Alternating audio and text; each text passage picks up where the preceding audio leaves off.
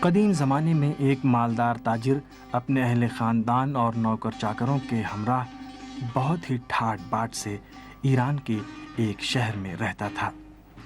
اس کے پاس ایک طوطا بھی تھا جسے وہ بہت چاہتا تھا۔ یہ طوطا خوبصورتی اور شیریں زبانی میں اپنی مثال آپ تھا، بہت ہی پیاری پیاری باتیں کرتا تھا۔ ایک دن اس تاجر نے تجارت کی غرض سے ہندوستان کے سفر کا ارادہ کیا۔ اس طرح اس نے اپنے گھر کے ہر ایک فرد سے پوچھا کہ تم لوگوں کے لیے ہندوستان سے کیا لاؤں؟ سب نے اپنی اپنی فرمائش بیان کر دی۔ کسی نے کپڑے کی فرمائش کی تو کسی نے زیورات کی اور کسی نے کسی چیز کی۔ جب اس نے اپنے طوطے سے پوچھا کہ مٹھو میاں تمہارے لیے کیا لاؤں، تو طوطے نے جواب دیا، ہندوستان میں ہمارے طوطے بھائی بہن ایک بڑے جنگل میں رہتے ہیں، وہاں دسیوں جگہ سینکڑوں قسم کے طوطوں کو درختوں کی شاخوں پر اچھلتے اور پرواز کرتے دیکھو گے۔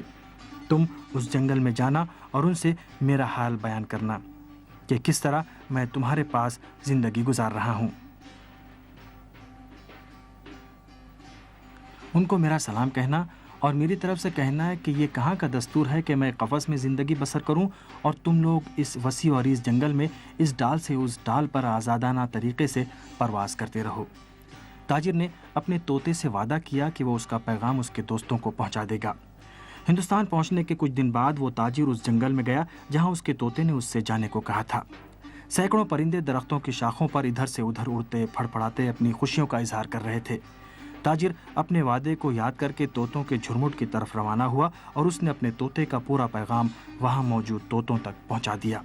ابھی اس تاجر کی پوری بات بھی ختم نہیں ہوئی تھی کہ ان میں سے ایک طوطا درخت کے اوپر سے زمین پر گر پڑا اور دم توڑ گیا۔ تاجر یہ ماجرا دیکھ کر حیران رہ گیا، اسے افسوس بھی ہوا۔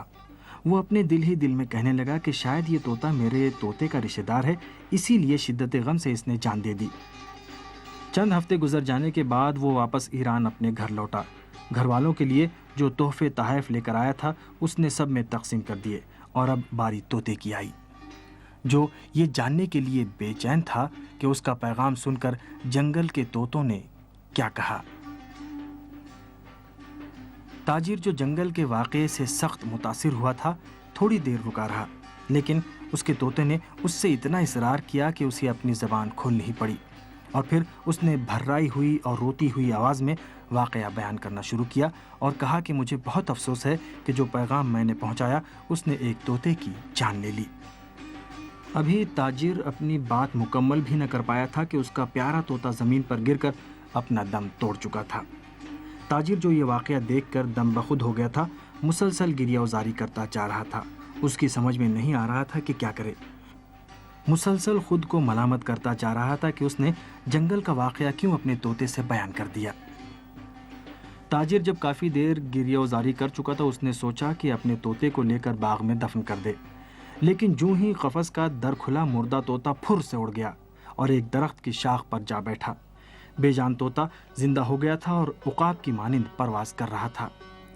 تاجر یہ ماجرا دیکھ کر حیرت زدہ ہو گیا تھا اور اس کی سمجھ میں کچھ بھی نہیں آ رہا تھا۔ طوطے سے اس نے پوچھا، کیا ہوا؟ جنگلی طوطوں نے تمہیں کیا سکھا دیا؟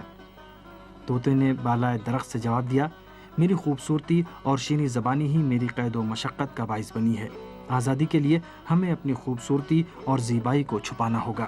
جنگل کے طوطے نے مجھے ڈرا دیا کہ میری قسمت یہی قید خانہ ہے جسے میں نے تکبر و غرور اور خود پسندی کے ذریعے اپنایا ہے۔ اس نے زبان بے زبانی سے مجھ سے کہا کہ تم تو تاجر کے خوش الحان پنچھی بن گئے ہو، آزادی لے کر کیا کرو گے؟ مر جاؤ۔ طوطے نے اپنے مالک کو الوداع کہا اور ہندوستان کی سمت محو پرواز ہو گیا تاکہ اپنوں سے جا کر ملے اور حقیقی آزادی کا لطف اٹھائے۔ اس دنیا میں آزاد جینے کے لیے بہتر ہے کہ خوبصورتیوں کو چھپائیں، کیونکہ یہ دھوکہ دینے والی کششیں اکثر اوقات بدبختی اور قید و اسیری کا باعث بن جاتی ہیں۔